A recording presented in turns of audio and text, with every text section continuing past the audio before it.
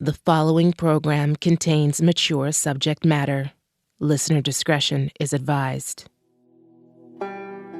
Most people I've spoken to have strong opinions about Patrick Sumner. We all knew he was guilty.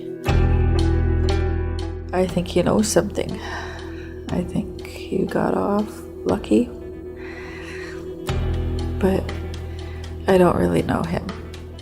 But for the cops to have somebody, there had to have been some kind of evidence, or he knew something. And John and some members from the GIS team would come in and look out these windows with binoculars and keep watching Patrick Sumner, who they figured was the person, and let him know that they were watching him, and it just got to be tunnel vision. They had overlooked things that they shouldn't have, and this is where they were concentrating their resources, was on this one person.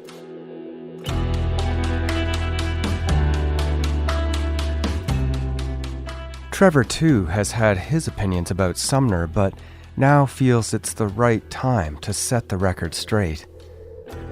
We could probably go and try Sumner again. Okay. As soon as we're done here. I'm just going to hit some lights here, Dave, and roll a spliff. Dave, do you want a bottle of water or anything to drink? No, I'm good, thanks. Okay.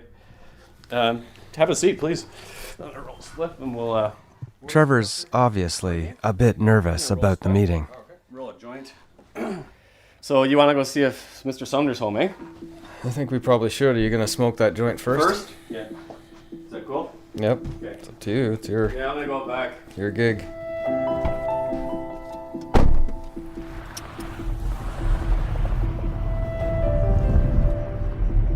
Let's see if we can get Sumner here. Yeah, let's hope. I sometimes find myself thinking about us sitting here staking out Sumner's house that day, and then I thought about you sitting out here for 6 hours that morning by yourself. Yeah. That's how it goes. On the short ride across town, Trevor's anxieties express themselves in idle chatter. Whenever I see a camper like that, I think of Yogi Bear. Why? Because of the ones where he's like, he comes crashing in through the fucking roof of the fucking camper. Oh, yeah. And he's trying to get those picnic baskets, and the fucking woman starts hammering on his head with a cast iron pan. Ding, ding, ding, ding. Hilarious. Man, I used to laugh. All right, here we are. Let's go see if Patrick's home.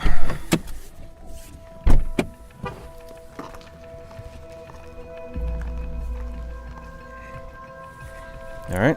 Oh yeah, thanks. Check, check. Okay.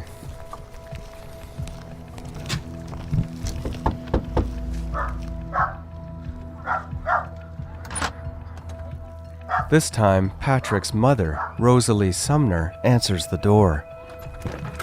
Hello. Hey, is Patrick here? I've talked to him before. Yeah, okay, hold on. Yep.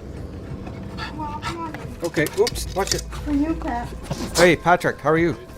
Come on in. Just don't want the dog. Oh, it's okay. It's okay. I know he wants to get out. So, Patrick, You got someone with you? yeah, I brought Trevor. I just wanted to see if you guys could chat for a bit. Yeah. Come on in, Trev. Yeah. Yep. So, Patrick, Trevor, you guys have never talked before. Never. We've never met, have we? No, Not once. How's it going, man? not bad. Yeah. I never knew you. No, not me. Only time you would have ever seen me was in that courtroom. That's it. Yeah. Yeah. I can, It's just bullshit. I have It was empathy and I can bullshit over and appreciate- over. Yeah. That's it. It's bullshit over and over. Like I said, nothing I could do. I cooperated. I did all I could do. You were being held in the paw, right? No, here. That was here. Here. They're allowed to hold you here in this holding cells for 3 weeks. You never spent any time in the paw? Yeah, I did. But they're allowed to hold you here 3 weeks, even in a holding cell, Okay. under the law. So they did. How long were you in jail for? How long did they keep you in? They arrested you on the 4 Thursday? months, 16 days, about 23 and a half hours. So after the prelim, you were released in March? Yeah. End of February. Oh. End of February, March, yeah. Yeah. Did they make you do a lie detector? No, Or did they ask you? no, to I do- volunteered. I said, for sure, I go, why not? Okay. Yeah, I must have answered 8 questions about 16 times. Rosalie is sitting on the top step, carefully watching the meeting unfold below. I take the opportunity to ask her a few questions. So did you testify at the prelim as well then? No. They didn't... No. There's no family or nothing. Because anyone they subpoena wasn't allowed to be in court. Right. That's Oh, why of course. they testified, right? But no one was fucking called. We never Only Curtis and Lindsay were the only two people I knew that were called.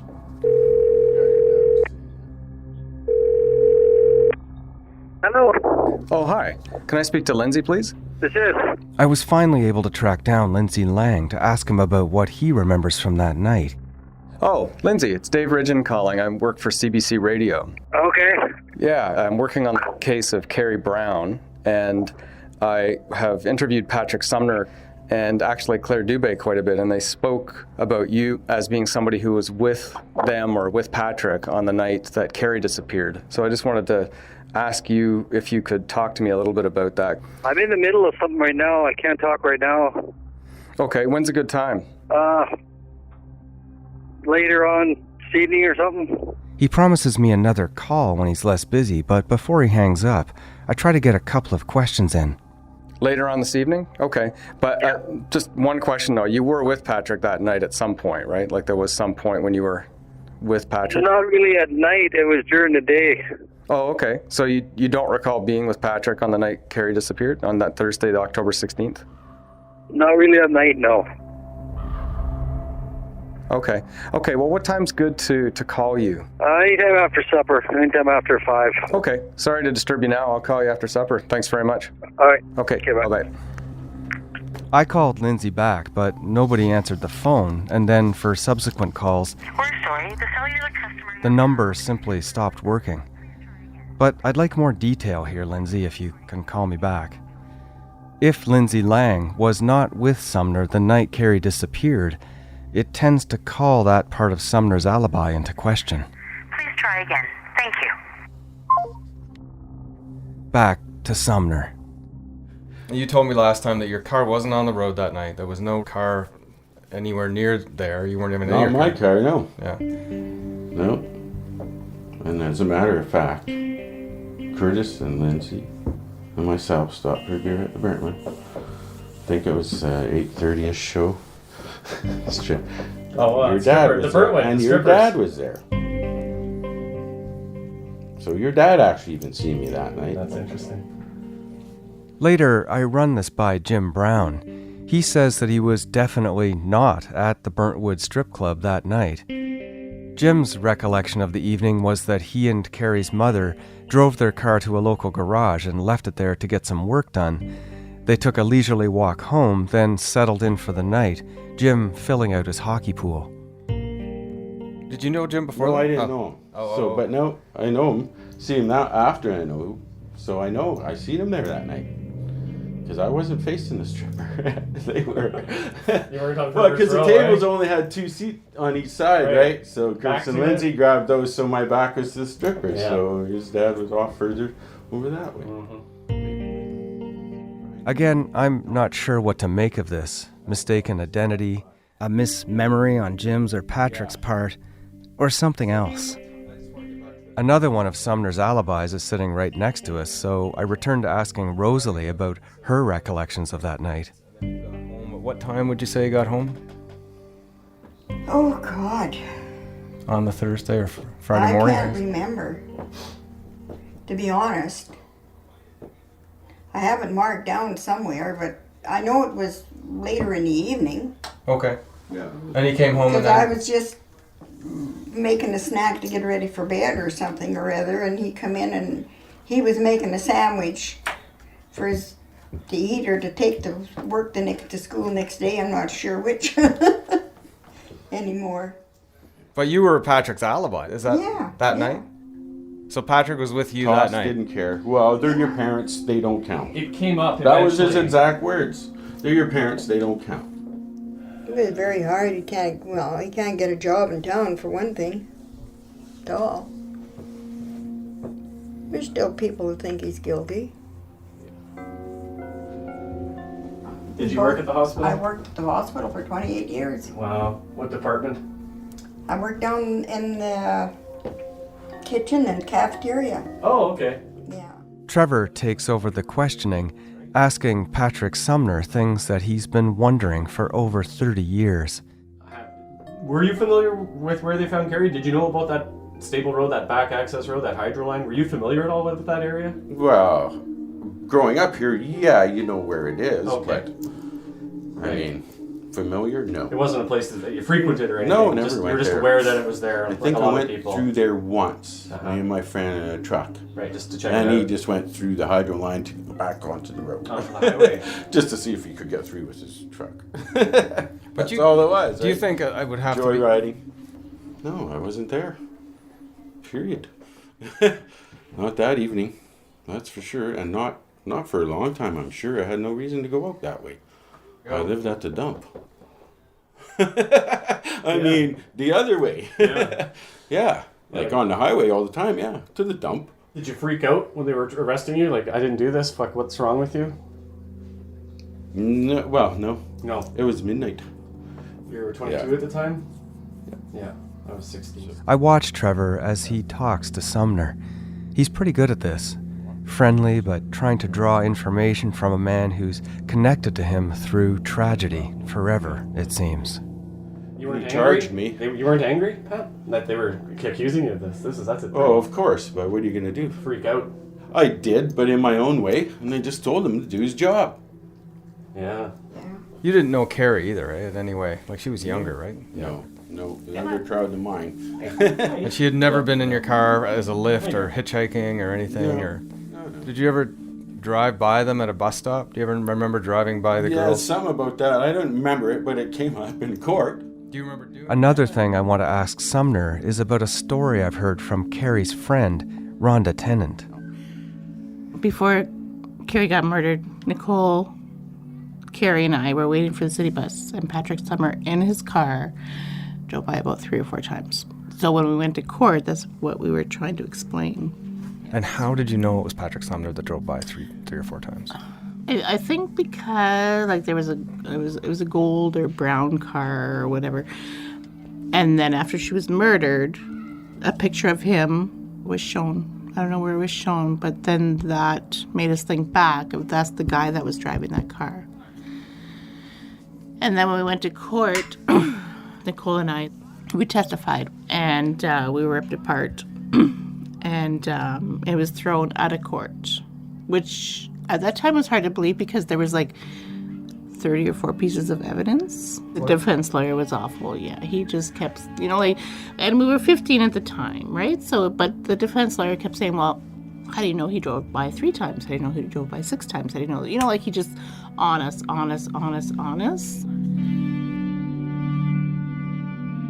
According to Rhonda, this incident was not entered into evidence because the girls couldn't be specific enough. It's circumstantial evidence at best and doesn't prove anything, but Sumner remembers doing it. Whatever. So you're driving by looking at the girls kind of thing? I was driving by to my friends, and I picked them up, and we drove back down and gave him a ride to Eco. He lived on. Sumner says the passenger in his vehicle was a man with long hair, and that the 3 girls testified in court that he was female. Yeah, he always had long hair.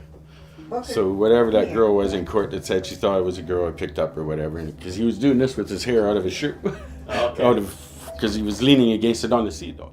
Stories like this one about Sumner have circulated around Thompson and area for years. Mixes of truth and fiction. Yeah. So for me, it doesn't go away. I don't know how it could for you, really, because the police really haven't been of any help. You maybe don't remember, but way back in the day, not long after Kerrie's death, you were coming out of Chicken Chef with a girl I knew from high school, but he started yelling at you from a car, and I threatened. Probably didn't hear you. No, what I said is if I ever got my hands on you, I was going to kill you, and I wanted to. And I understand that. Yeah, I wanted to apologize for that, Pat. I did, and I'm sorry I did that to you. I appreciate that. I didn't actually hear you, so. Oh, that's good. I'm glad you didn't, because you didn't miss much. The cops, I'm still pissed at the cops from back in the day. So. Well, yeah. Yeah. There was nothing I could do about it. I did all I could do. I cooperated so they could eliminate me as a suspect, but that's not what they did. Yeah. Obviously, I had no control of that. Hmm.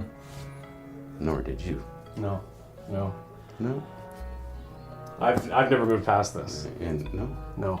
I don't have a family. I've never got Why married. would I have no I? kids. I've never moved past this. No, I get it. No. I get that. It's not over. No, it's not. It's not over. It's far from over. Chances are I'll be dead, and that's the only thing that'll be over.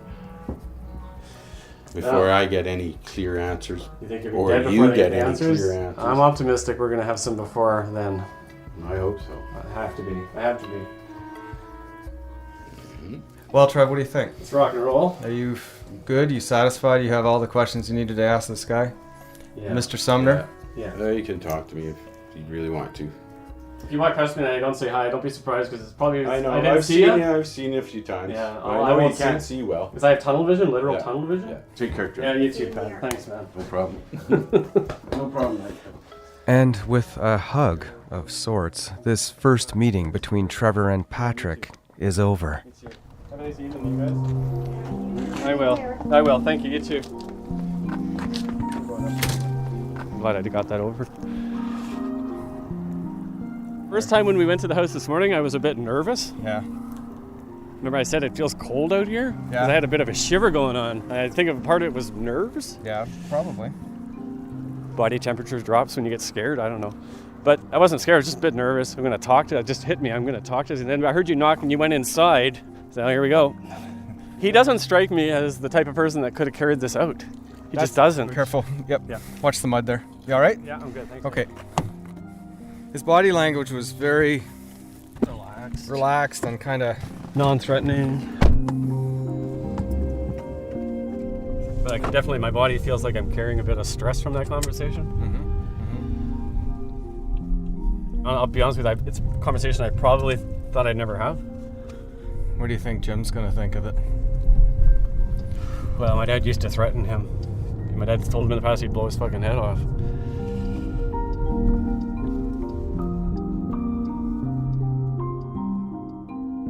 Yeah, I gave him a hug. I was surprised how small he was.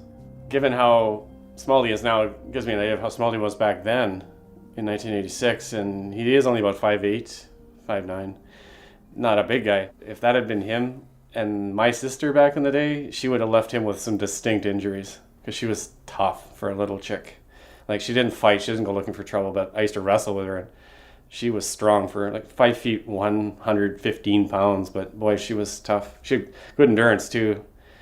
Yeah, I'm sure if she had tangled with him back in the day, he would have had marks to show for it, for sure.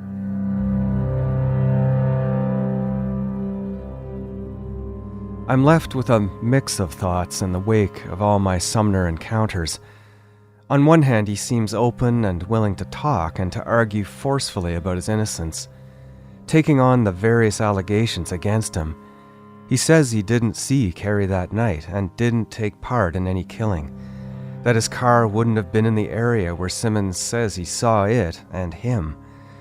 But on the other hand, some aspects of Sumner's alibi, in the absence of others to back it up, such as his father or the friends who were with him after he dropped Claire Dubé off, seem questionable or at least misremembered. Passage of time and lack of a transcript and police verification make assessments here speculative. An autopsy report might help figure out the timing of Kerrie's death, dispel some rumors about how she was found, and give clues as to number of perpetrators and, as Urbanowski says, victimology. But Trevor's feeling, without completely exonerating him, is that Sumner probably didn't kill Kerrie. I won't go out of my way to talk to him. If I see him or if he comes up to me or something in public, I'll talk to him, sure. I won't seek him out. Trevor and Jim both feel that it's been a necessary and worthwhile Sumner summit, and removing some focus from him helps to bring other evidence and people into view. Did the occupants of the muscle car and the white van that Simmons saw with their lights off leaving the stable road that night have something to do with Kerrie's disappearance? What about the red van Max Coombs saw with Saskatchewan plates? The man with curly hair and the terrifying stare in the white van described by Donna Kovich, or her current husband, the trucker, who says he heard screams the night Kerrie was murdered. How many voices did he hear, and what genders? Does Fred Spence, whose ex-girlfriend claims he said, "When we killed that white girl in Cree, no more"? The two brothers and the man named Eagle, who reportedly had been seen in a white van with an air mattress in it the week before Kerrie's murder. Where are they now, and will they come forward to tell us what they were doing the night Kerrie disappeared? And the 2 a.m. Friday morning phone call Marnie took from the distraught man who said he had just killed someone. Is he listening now?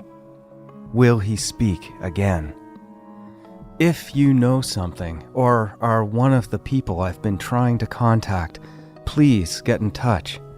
I'll continue investigating Kerrie's case for as long as it takes, and will provide updates whenever necessary, but for now, this is the end of regular episodes. Step in Thompson. It's July 2018. I'm on my way over to see Trevor and Jim. I wanted to come up and see Trevor before we broadcast Kerrie's case, season 5. Just touch base, see how he and Jim are doing.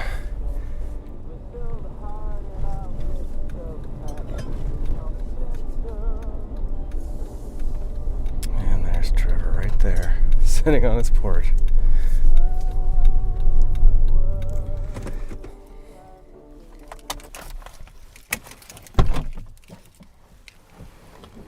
It's like I never left. Good to see you, man. How you doing, brother? I'm good. Good to see you. Good. You all mic'd up or something there? Yeah. Nice. What do you think? What do you drive it? Did they give you this different Jeep this time? Different color. Trevor likes to call me brother. He likes to laugh hard and speak fast. He's loyal to a cause and to his friends and family, and kind to strangers. To me.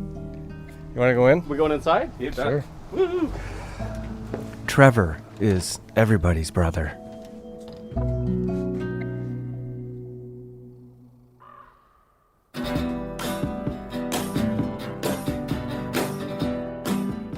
You have been listening to episode 10, Sumner. To catch up on past seasons of Someone Knows Something, visit cbc.ca/SKS. Someone Knows Something is hosted, written, and produced by David Ridgen. The series is mixed by Cecil Fernandez and produced by Chris Oak, Steph Kampf, Amal Delich, Eunice Kim, and executive producer Arif Noorani. Additional transcription by Mikal Arana. Fabiola Carletti is our digital producer. Evan Agard is our video producer. Ben Shannon designed our artwork. Tanya Springer is the senior producer for CBC Podcasts, and Leslie Merklinger is the senior director of audio innovation. Thanks to Justin Heinrichs for his shoe print expertise, and to Ken Jackson and the APTN for their assistance in this investigation. And special thanks to the researchers at the CBC Reference Library. Original music by David Fetterman. Our theme song is Thompson Girl by the Tragically Hip. I'm Angeline Terueo. Thompson girl, I'm stranded at the unique motel. Thompson girl, winter fighter shot on the car as well. Looks like Christmas at 55 degrees. This latitude weakens my knees. Thompson girl.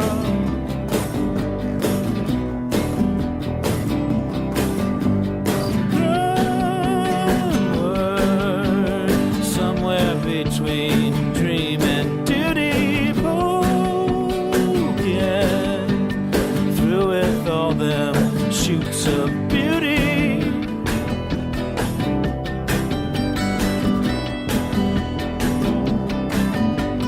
Thompson girl walking from Churchill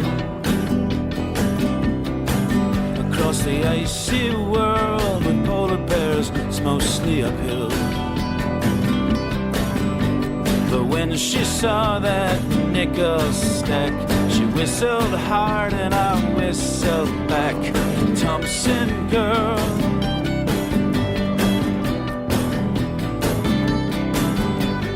onward.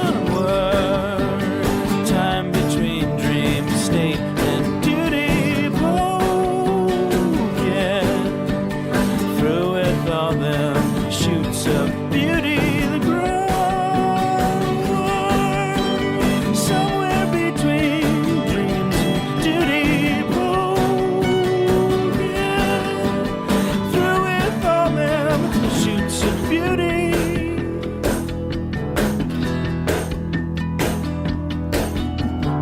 Thompson girl, we're down to the dead house plan.